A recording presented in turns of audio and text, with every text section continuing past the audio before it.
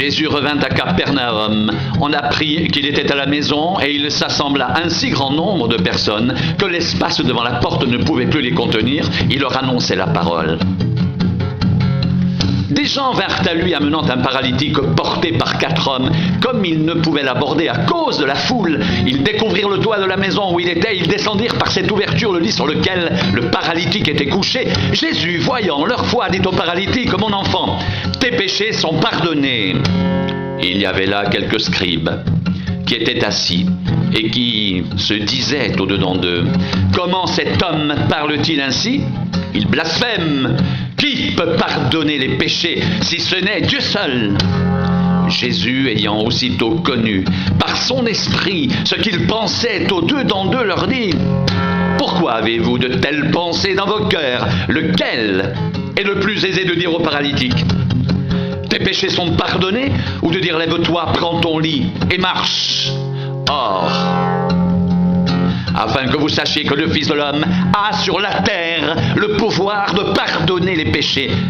Je te l'ordonne, dit-il au paralytique, lève-toi, prends ton lit et va dans ta maison. Et à l'instant il se leva, prit son lit et sortit en présence de tout le monde, de sorte qu'ils étaient tous dans l'étonnement et glorifiaient Dieu, disant: nous n'avons jamais rien vu de pareil.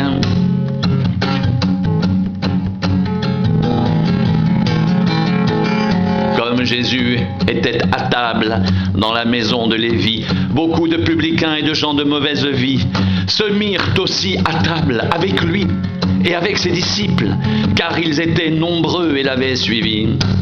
Les scribes et les pharisiens, le voyant manger avec les publicains et les gens de mauvaise vie, dirent à ses disciples: pourquoi mange-t-il et boit-il avec les publicains et les gens de mauvaise vie? Jésus, ayant entendu cela, leur dit: ce ne sont pas ceux qui se portent bien qui ont besoin de médecins, mais les malades.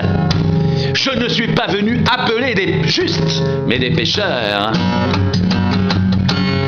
Je ne suis pas venu appeler des justes, mais des pécheurs. Ce ne sont pas ceux qui se portent bien qui ont besoin de médecins, mais les malades. Je ne suis pas venu appeler des justes, mais des pécheurs. Les disciples de Jean et les pharisiens jeûnaient. Ils vinrent dire à Jésus: pourquoi les disciples de Jean et ceux des pharisiens jeûnent-ils tandis que tes disciples ne jeûnent point? Jésus leur répondit: les amis de l'époux peuvent-ils jeûner pendant que l'époux est avec eux? Aussi longtemps qu'ils ont avec eux l'époux, ils ne peuvent jeûner. Les jours viendront où l'époux leur sera enlevé, et alors ils jeûneront en ce jour-là. Personne ne coud une pièce de drap neuf à un vieil habit, autrement la pièce de drap neuf emporterait une partie du vieux, et la déchirure serait pire, et personne ne met du vin nouveau dans de vieilles outres, autrement le vin fait rompre les outres, et le vin et les outres sont perdus, mais il faut mettre le vin nouveau dans des outres neuves.